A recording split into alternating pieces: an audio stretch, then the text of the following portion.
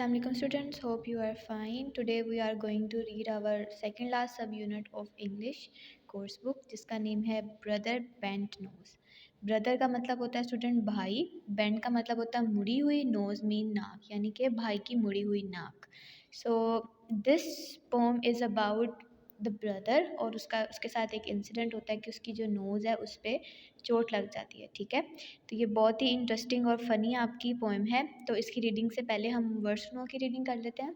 First word is ancient. Ancient means very old, यानी बहुत पुरानी कोई चीज़ हो तो उसके लिए हम एंशियंट का वर्ड यूज़ करते हैं.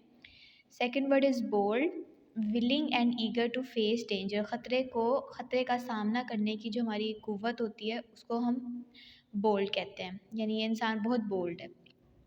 उसके बाद है हॉक आउल. उसका मतलब होता है अक्रोस साइज्ड आउल, यानी आउल का मतलब होता है उल्लू. ठीक है, कव्वे के जितना एक उल्लू. That act more like a hawk, यानी कि वो उकाब जैसा जो है वो हरकत करता है.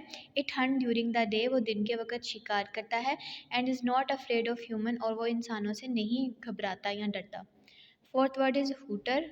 Informal word for nose, also one that hoots like an owl and opening a. Hooter का मतलब होता है कि नाक से आवाज़ें निकालना. ठीक है, जैसे कि उल्लू निकालता है.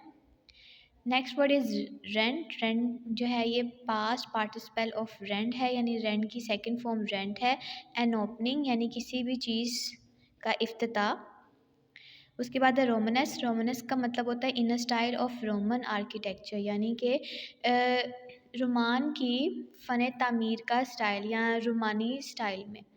ठीक है, उसके बाद है शिन. शिन का मतलब होता है the front part of the leg below the knee, यानी कि आपके घुटने का नीचे वाला हिस्सा. एंड अबव द एंकल, और आपके टखने से ऊपर वाला हिस्सा.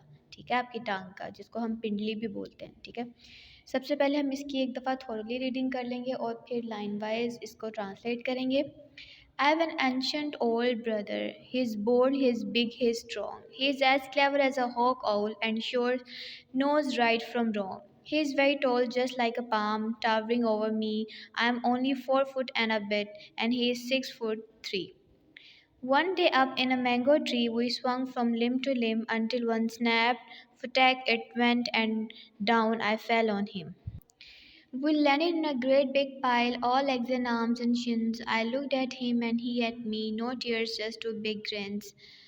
Up we staggered quite shakily from the shock, I suppose, and then I noticed when I looked. Blood dripping from his nose. What once was right and Romanesque appeared all torn and red. The poor old hooter on his face forevermore was bent. So now we're older, wiser too. We keep all clear of trees. We leave the climbing and the treks to apes and chimpanzees. So student ये pome किसने लिखी है? Nicholas हॉजबर्ग ने लिखी है. अब इसकी हम सेंटेंस वाइज ट्रांसलेशन करते हैं. I have an ancient older brother. He is bold, he is big and strong. कि मेरे एक बहुत बड़े भाई हैं. ठीक है, वो ख़तरों से नहीं घबराते और बहुत ही वो ताकतवर हैं. He is as clever as a hawk. और वो बिल्कुल एक बाज या उल्लू की तरह बहुत चालाक हो, होशियार हैं. And sure no right from wrong. और उन्हें सही चीज़ों का अंदाज़ा है, यानी कि वो सही की पहचान रखते हैं.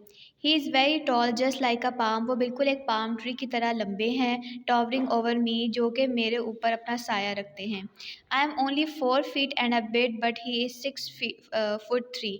यानी कि मैं जो हूँ मैं 4 फुट का हूँ और वो 6 फुट और 3 इंच के हैं. यानी वो अपनी और अपने भाई की हाइट यहाँ पे मेंशन कर है.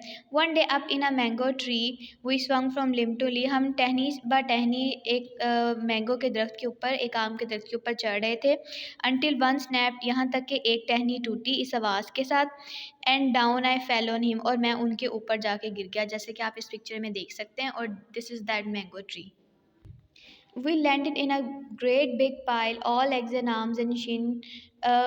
हम जो थे वो एक ढेर के ऊपर जाके गिर गए. I looked at him and he at me. मैं उनकी तरफ देखने लगा और वो मेरी तरफ देखने लगे. No tear but just two big grins. हम दोनों की आंखों में आंसू नहीं थे, लेकिन बस एक हंसी थी. Up we staggered quite shakily from the shock, I suppose, and then I noticed when I looked blood dripping from his nose. हम एक झटके के साथ, एक शौक के साथ वहाँ से नीचे गिरे और मैंने जब उनकी तरफ देखा तो उनकी नाक से खून बह रहा था। What once was straight and Romanesque appear all torn and rent। जो कभी सीधी नज़र आती थी वो अब टूट चुकी थी। यानी यहाँ पे जो बॉय है वो अपने भाई की नाक के बारे में बात कर रहा है। The poor old hoarder on his face for evermore was bent। अब जो उनके चेहरे की नाक थी वो मुड़ चुकी थी, क्योंकि वो इतनी झटके से नीचे गिरे ना तो उनकी जो नाक थी वो टूट गई और उनमें से ब्लीडिंग होने लगी। So now we are older wiser too. अब हम सब जो है वो बड़े हो गए और अक्लमंद भी हो गए हैं। We keep well clear of trees. अब हम दरख्तों पर ऐसी हरकतें नहीं करते। We leave the climbing and the tricks to apes and chimpanzees. अब हम बंदरों की तरह ना ही उन पर चढ़ते हैं और ना ही उन पे करतब दिखाते हैं। तो यहाँ पे यंग बॉय ने क्या लेसन सीखा कि हमें ट्री क्लाइंबिंग नहीं करनी चाहिए, इससे हमें चोट लग जाएगी जैसे कि उसके भाई को लग गई थी। After the reading of our subunit, now we are going to solve its exercise on volume 3. Our first question is write Urdu meaning of the given words। यहाँ पे जो words दिएंगे वन बाय वन अभी इनका हमने मतलब लिखना है। First word है हमारा एंशियंट। एंशियंट का मतलब होता है कदीम या फिर पुराना, ठीक है। Second word is hooter. Hooter का मतलब होता है आवाज़ें लगाने वाला या फिर नारे बुलंद करने वाला, ठीक है। जैसे कि आपने अक्सर देखा होगा मैचेस में जो ऑडियंस होती हैं वो आवाज़ें निकालती हैं ना, तो उनको हम हुटर्स बोलते हैं। थर्ड वर्ड है हमारा स्वंग। स्वंग जो है वो स्विंग की सेकंड या थर्ड फॉर्म है, ठीक है, जिसका मतलब होता है हरकत करना। उसके बाद है हाइल। हाइल कहते हैं ढेर को। जैसे हीप का मतलब भी ढेर होता है या हाइल का मतलब भी ढेर होता है, मतलब किसी भी चीज़ का, जैसे पत्तों का अक्सर हम ढेर लगा देते हैं, ठीक है, तो उसके लिए हम हाइल का वर्ड यूज़ करते हैं। नेक्स्ट वर्ड है हमारा बोल्ड। बोल्ड का मतलब होता है निडर, यानी कि ऐसा इंसान जिसको किसी चीज़ का डर नहीं होता। उसके बाद है हॉक। हॉक कहते हैं बाज। बाज जो होता है वो एक चील की तरह का एक परिंदा होता है। उसके बाद हमारा थर्ड वर्ड है स्नैप्ड। तो स्नैप का मतलब होता है, स्नैप का मतलब बोलना, और स्नैप क्योंकि सेकंड फॉर्म है तो इसके लिए हम बोले लिखेंगे। उसके बाद है क्लाइंबिंग। क्लाइंबिंग का मतलब होता है चढ़ना, like climbing on the trees, दरख्तों पर चढ़ना, ठीक है। क्वेश्चन नंबर 2 है हमारा make sentences of these words. Here we have 5 words. इनके वन बाय वन हमने सबसे पहले मीनिंग देखना है कि क्या होते हैं और उसके बाद इन वर्ड्स को हमने सेंटेंसेस में यूज़ करना है। फर्स्ट वर्ड है हमारा सेंट। सेंट जो है वो सेकंड फॉर्म है सेंड की, यानी भेजने की। तो सेंट का मतलब होता है भेजा। तो इसका हम सेंटेंस बनाएंगे, my friend sent me a message. मेरे दोस्त ने मुझे एक पैगाम भेजा। सेकेंड वर्ड है शिन। शिन का मतलब होता है हमारी टांग का वो पार्ट जो हमारे नी के बाद आता है, वो हमारी एंकल से ऊपर होता है, ठीक है, जिसको हम उर्दू में पिंडली बोलते हैं। तो इसका हम सेंटेंस लिखेंगे, the horse kicked him on the Shin. घोड़े ने उसे पिंडली पर किक किया, ठीक है, या ठोकर मारी। थर्ड वर्ड है हमारा अनटिल। अनटिल का मतलब होता है जब तक, तो इसका हम सेंटेंस बनाएंगे, are you going to walk until 10 PM। क्या तुम 10 बजे तक वॉक करते रहोगे। नेक्स्ट वर्ड है हमारा टीयर्स। टीयर्स का मतलब होता है आंसू। तो इसका तो बहुत ही कोई भी आप आसान सा जुमला बना सकते हैं, टीयर्स टंग हर आइज़। उसके बाद लास्ट है हमारा लिम्ब। लिम्ब कहते हैं टहनी को, ठीक है। जैसे कि मंकीज़ होते हैं ना, वो लिम्ब टू लिम्ब दरख्त की यानी एक टहनी से दूसरी टहनी पे जंप करते हैं या लटकते हैं उनके साथ, ठीक है। तो इसके अकॉर्डिंग हम एक जुमला बनाएंगे इसका, the monkey swing from limb to limb. बंदर जो होते हैं वो एक टहनी से दूसरी टहनी पे लटकते हैं।